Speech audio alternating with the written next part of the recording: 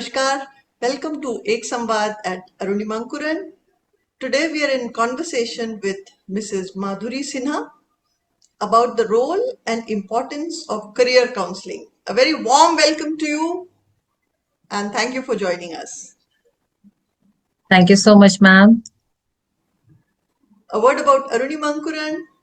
Arunima Ankuran is an initiative for positive social change through self-development.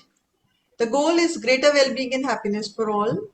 At Arunima Ankuran, we believe that each person is unique and special in some way, that each person can make a difference, that each person can create an impact, and that's what inspires us to keep going. So as we all know, the board results have just been declared, the 10th and 12th, and there is a lot of concern among students and parents about what to do next. So why is career counseling so important is the topic we are going to deal with today. And we are so lucky to have an expert on the subject with us. Mrs. Madhuri Sinha is a passionate educator with over 9 years of comprehensive experience in teaching and school administration. Her career spans a variety of reputed institutions, including Army Public Schools and Air Force schools, where she has served in diverse roles such as primary teacher, nursery teacher, headmistress, and school counselor. So currently as a school counselor at Army Public School, Bangalore, she has been providing vital, emotional, and academic support to students, helping them overcome challenges with confidence and care. With a deep belief in lifelong learning and strong commitment to holistic student development, Madhuri Sinha continues to inspire and positively impact every educational space that she enters. So it's such a pleasure to have you here and thank you so much for joining in. Thank you so much, Dr. Mathur, ma'am. And it's completely my pleasure to be on this platform at Arunima Ankuran and the work Arunima Ankuran is associated with. And I've been following it. And I congratulate for every work, every step that it takes. And I'm grateful for your kind words you have spoken about me. Thank you. Pleasure is entirely ours. And let's start with, the first thing that comes to mind. We are talking about career counseling today. So I think to begin with, tell us what is career counseling, why is it important, and what is the process? Yes, ma'am. So nowadays, because of internet expansion, social media awareness, and of course, national education policy coming into role, and CBSC and other boards taking it with full force to make difference and good impact on students' life, bringing quality into their lives. Career counseling is no more just limited to few people who are aware of it. Nowadays, it is taken very seriously by all institutions and now mandatory to be followed by the CBSE curriculum as well, we all know. So why it is important? We all know that, of course, education has a purpose to achieve the ultimate goals that we all have in our lives. We all have desires to follow, to become and achieve something. But when it comes to career, it is pretty obvious. It looks very simple, but when it actually comes to our own lives, we see that the struggle is real Yes. because that opportunities are immense, and with that the confusions also are equally rising. So the importance of career counseling cannot be ignored. So I would say that the importance and requirement, they go hand in hand, and obviously students need support from their parents as much as from the institution. So the steps that are being taken nowadays, it's quite satisfactory, and I'm happy about the changes that are being seen. There are different stages of understanding career because the child goes through different stages when it comes to, say, elementary stage, then middle school, then leaving middle school. So there are different stages the child goes through. So to make informed decision, the child needs support from the parents, and of course the child needs to be treated as an individual entity with Mhm. the set of skills the child is bestowed with, the aptitude the child carries, and there are so many aspects which we are going to definitely discuss. So let us say for someone who is just finishing the 10th standard, he's just got his results. What are some of the things that you take into consideration when you discuss the future career options or what subjects they should opt for? How does the process work? I would like you to Yes. throw some light on this. Absolutely, ma'am. So the question that you have asked me, ma'am, it has got many layers, first of all. So initially you said that now that the results of 10th boards have been declared, how to decide what subjects or streams to choose. First of all, the earlier notion that used to be in a children's mind or parents' mind that after the results are declared, they used to take decision. Those days are gone nowadays, because of entrance exams coming into role, Mm-hmm. it is becoming more clearer that boards exams are just, kind of milestones. Mm-hmm. You have to be more prepared towards the other set of entrances which are related, as I said, towards your own set of goals that you want to achieve in your lives. So parents and students, along with the school teachers and stakeholders, should be working right way ahead of boards. You can say as early as class 7th or 8th, maybe ninth.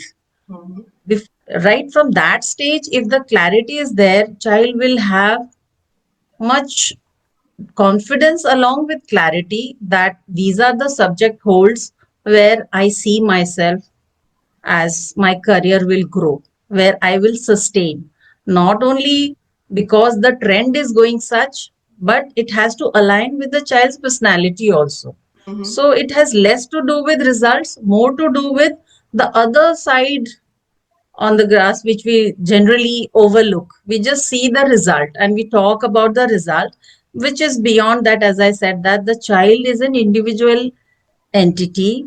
He or she has lot many qualities Mm-hmm. which in the race of life or comparison, as you said, you again the next set of question which was included will come in that parents pressurize taking this. So of course this mindset is very sad when we come, that they have something which they have not completed in their life, they have not achieved, and they want to achieve their incomplete aspirations through their children, and they feel what we have not got in our life, we have been providing you with everything. Even this mindset somewhere directly or indirectly pulls down the child instead of letting the child know that we are providers. It should not be like that. The mindset needs to be changed rather than working only on the result and career. The mindset has to be worked upon.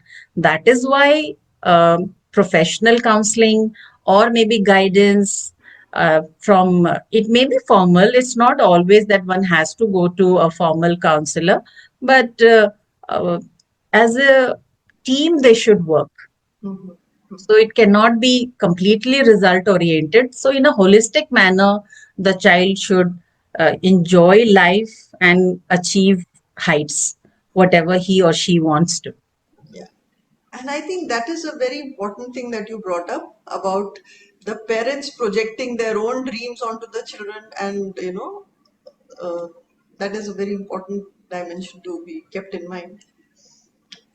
Yes. So, what are some of the parameters that a student who is very confused about what to do, how do you guide them? What exactly is the process that is followed? And also, what are some of the pathways that they can choose from? Please talk to us about that.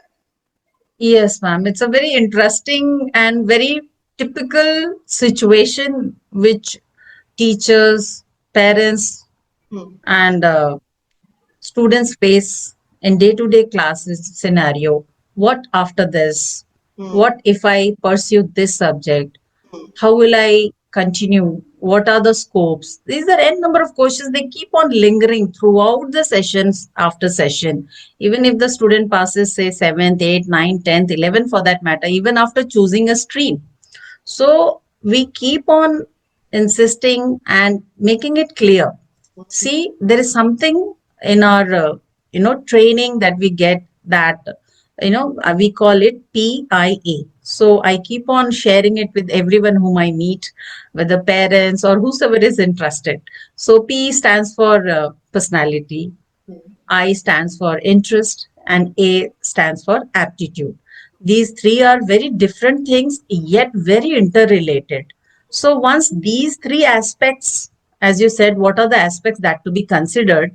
So, if these things are clear, then the academic choice and how one can improve upon with respect to the set of skills the child has will definitely come into play, and automatically the ball will set rolling. So, personality, the child needs to be given opportunities.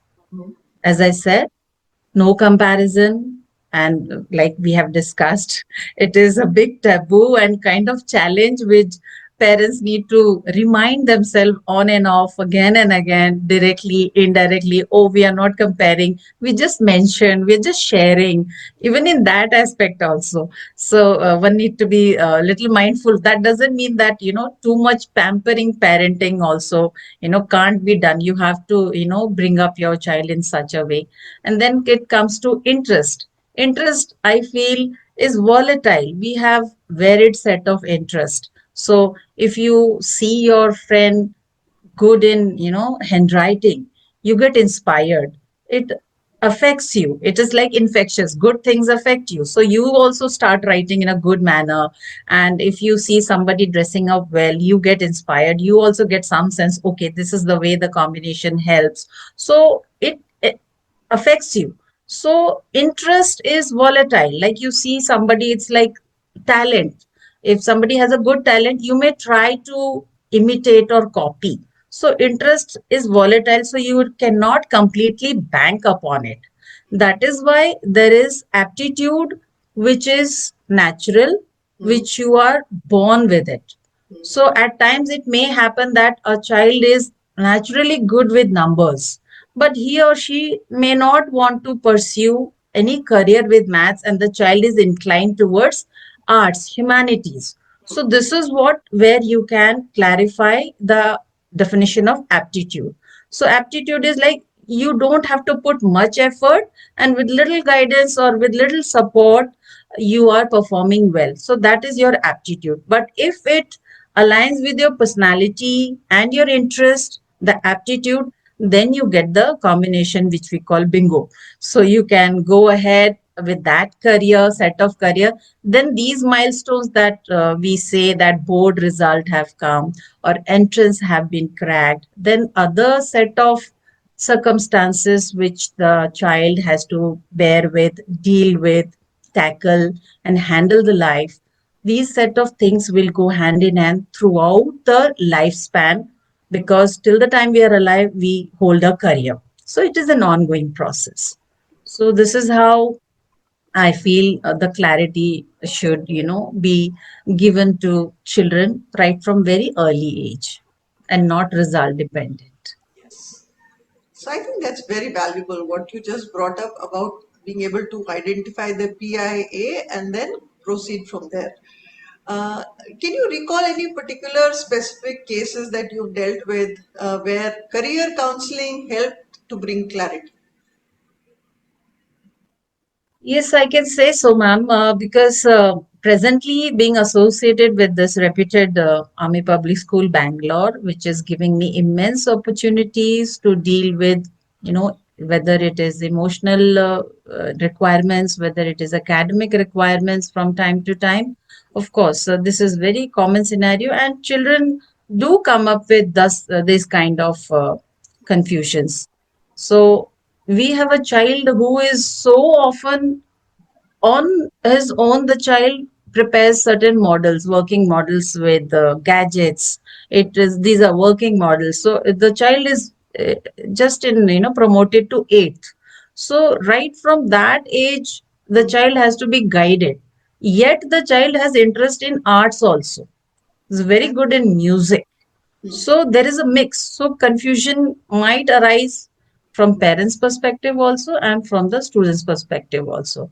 So what we as counselors do, we never take decision on anyone's behalf. We our role, for that matter, any counselor, is to let the child explore more of his or her potentials, set of skills, where they are naturally they can go on with certain set of tasks whenever they are working on to it.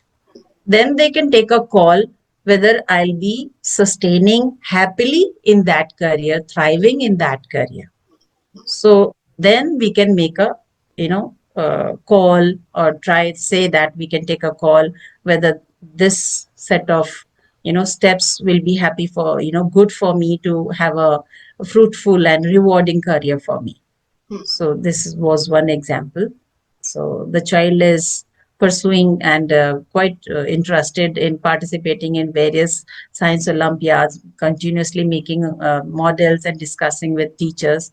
Although, so this is called interest, which is volatile with music and arts, but his actual aptitude is towards making models, which he is discovering, I would say, because the child is in middle school now. So middle school, we say it is preparatory stage when it comes to stages of career exploration. After this, by the time the child reaches 10th or 11th, the child will realize what are the requirements, set of requirements, whether my family will be able to support me or not, where do I have to go, does my set of health, do I have that kind of agility, my mindset is such whether I'll be able to fit in into that career. So those kind of things will also come into role.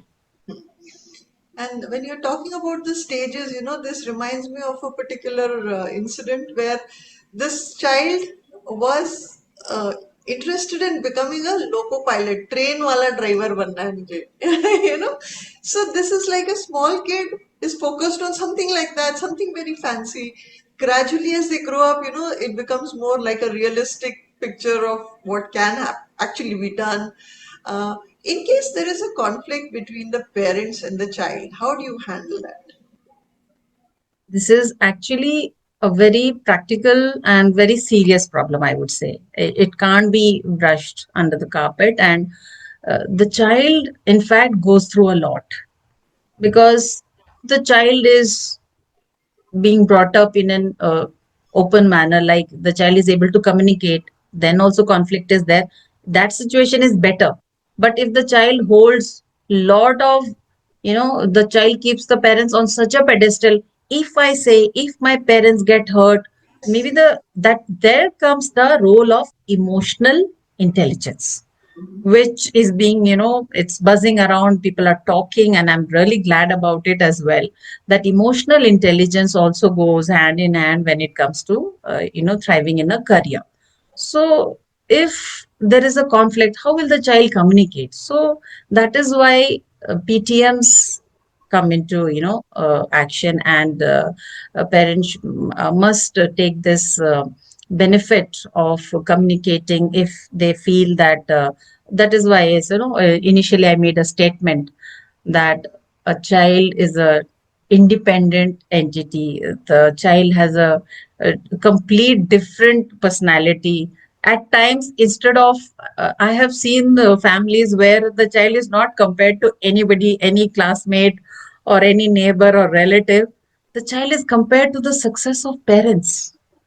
Your father is an engineer, or your mother is an officer, you have to, oh my god, you will be. So imagine the kind of pressure the child is not, it's not coming even from parents, it can be that challenging. So the conflicts are pretty confusing and very complex. So but when it comes to the family conflict, the child, I would suggest, should approach the school counselors or any teacher whom the child is comfortable with, and should be communicated and at the right time. And I don't think it is not possible to solve it.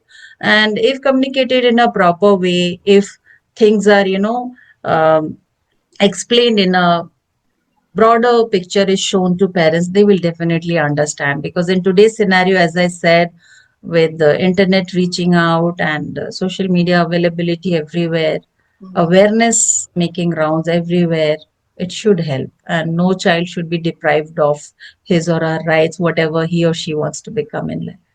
I'm so glad that you brought this up. And this also, it's a little digression from what we are discussing today, but there is such an important aspect of this phase through which children are passing, students are passing, which is their mental well-being. And we hear about the growing instances of students committing suicide because they couldn't, successfully clear entrance exams and all that. So, what do you think can be the role of career counselors in schools to prepare them for failure, even, I would say? Exactly. Likewise, people talk about results and success. Hmm. Very rarely we do talk about failures, but not as often. So that is why I was saying that emotional intelligence, resilience, accepting our own qualities, and from time to time, awareness campaigns and discussions, for that matter, even in family front, it should be encouraged. So that can be initiated through the counselor whenever it's possible, in any scenario, not only in school, wherever, in any setup. If it can be brought up, like, there is no successful person who has never seen failures in life. I Hmm. don't think so. Every successful person, if we look at their life history, we see their biographies and all. So they have seen their set of failures. So the children of today's age, I don't want to use this word today's age, but then, of course, the kind of opportunities that are booming, the children might feel that, okay, I have this option, I might jump onto that option, but at the same time, Hmm. the child should be prepared that, oh, what if. Yes.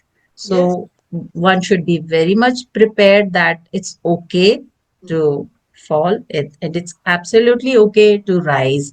So that reminds me, it's such a wonderful question, and thank you for bringing this question.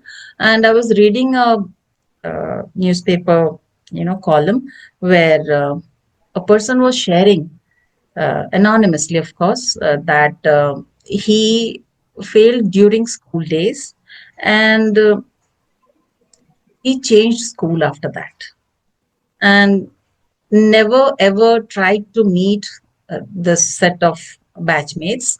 Later on in life, he became quite successful and quite happy now.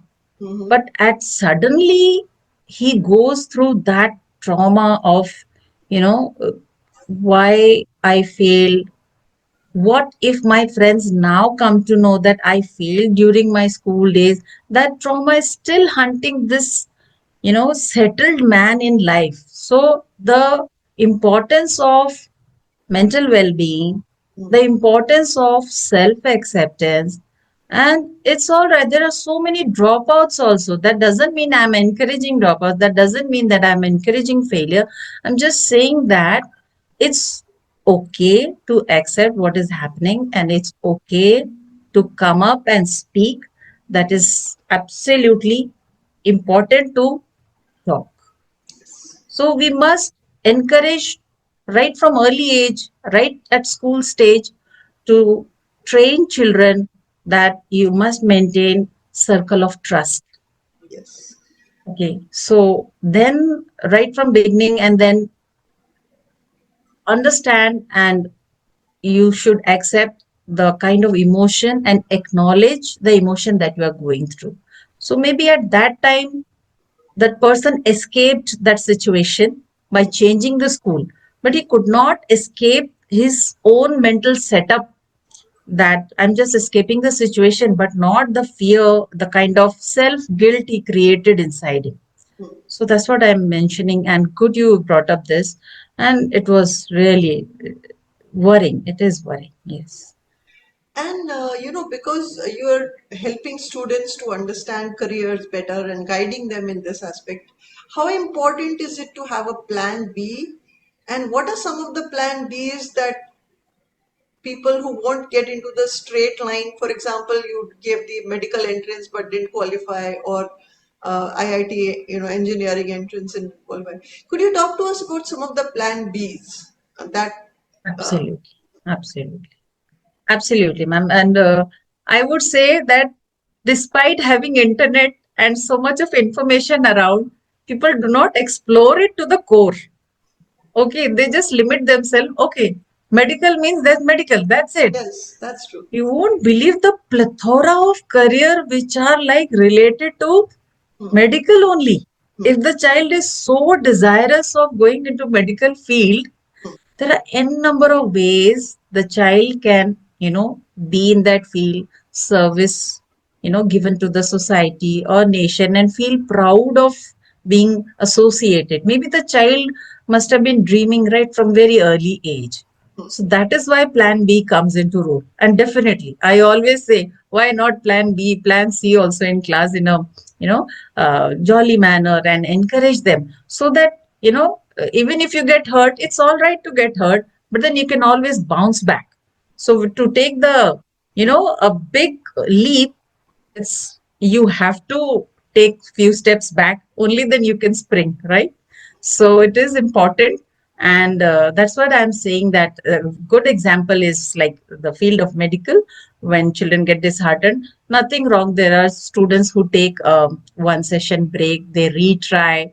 And unfortunately this time there had been a typical example where the entrance test paper was very, unexpectedly tough. So if the students are prepared with the plan B, wouldn't it be better, like, okay, it's all right, maybe this is not destined for me, I can do better in the Yes. other path which is related to it. Nothing wrong, absolutely right. So career exploration comes into role. Here comes whether it is formal guiding or informal guiding. Hmm. They can look up to people around them whom they trust, Yes. people who are already into those industries, what kind of experiences they have, what kind of growth they have, Hmm. what kind of circumstances, what kind of sustainability it gives, and what are the other plans if they want to shift, if they have other set of qualities, like I said, with the set of interests. Some people have, hidden interests. There are you know uh, doctors, I would say, who are extremely good singers. Okay. And there are some police officers or lady police officers who are very good actors. We have so many examples. So we do have varied interests. So if you have plan B, why not? You can have second innings of career even after retirement. So it must work for everyone. Why not have plan B? I think before we conclude, there's one other dimension I'd like to discuss with you, which is the role of teachers. I recently came across a news clipping. In fact, I think it was a video on the social media where a student Mhm. shared a WhatsApp chat with the teacher and said that, "Are you this so and so teacher?" She said yes. And it was a message that read that, when I was your student, you told me I would not be successful. You told me I would never make it. So this is not a thank you message. I just want you to know that I made it. And it's giving me goosebumps even as I'm telling you this, because, our teachers in schools don't sometimes probably realize how much they can impact the psyche of a child, of a student. So, is there a role for teachers also in helping students to identify and probably understand what they can be good at doing? Is there a role for teachers? This is what you can say, the point of pain, you can say. People don't talk much about it because we look up to teachers as one of the most noble professions and given so much of respect. We celebrate Teachers Day, and our parents talk about their teachers. We talk about our teachers so highly. But Yes. these experiences, these news somehow reflect that people for that matter, whenever you come to any kind of social kind of role or kind of professions that you choose, especially when you're dealing with young minds, then the call should be from deep within. And if it is not from deep within, if it is due to circumstances, why not work professionally? Why not take a deep breath before you enter into a class? Why not take some leaves? I can't be, there's no end to discussing such instances which we come across. There'll be no end of this kind of discussion and meetings, ma'am. So unfortunate, but then I can always say that we all are human beings after all. So, like we eat, we breathe, we live, we help each other, we smile. Why not take a pause? It's not always about growth. It's not always about glamour and everything. Why not take a pause always? Especially because young minds, they look up to us. So if we keep on reminding us just a pause before you enter, take a deep breath, remind yourself what are you saying, how you are saying, at what situation are you saying, is it helpful, is it necessary? We all are mature enough. So when it comes from a mature person, it is absolutely sad. Yes, So absolutely. And at Arunima Ankuran particularly, we believe in sowing seeds of positive change. So this message is for all the teachers out there. Please plant seeds of hope and positivity in the minds of your students. And thank you so much, ma'am. Before we conclude, would you like to share a message for the students and parents? I would always say that there is always a second chance. There is always plan B, like you said. Hmm. Always, you can always bounce back, take two steps back. It's all right. Accept who you are, believe in your own qualities, and if you need help, always reach out, speak out, So important. make your circle of trust, and believe that life is really beautiful. You are worth it. You can make it. Everything is possible, believing in yourself. Thank you so much for being here. It was such a delight talking to you, and we wish you all the very best in all the endeavors that you undertake in the future. Thank you for being on Ek Samvad, ma'am. Thank you so much. It was completely my pleasure, and I really had a talk which was heart to heart, and I really felt that the every aspect that we touched upon, it helps and reaches out to people who need help. And thank you so much, and good luck to you as well, ma'am. Thank you. All the best. Thank you, ma'am.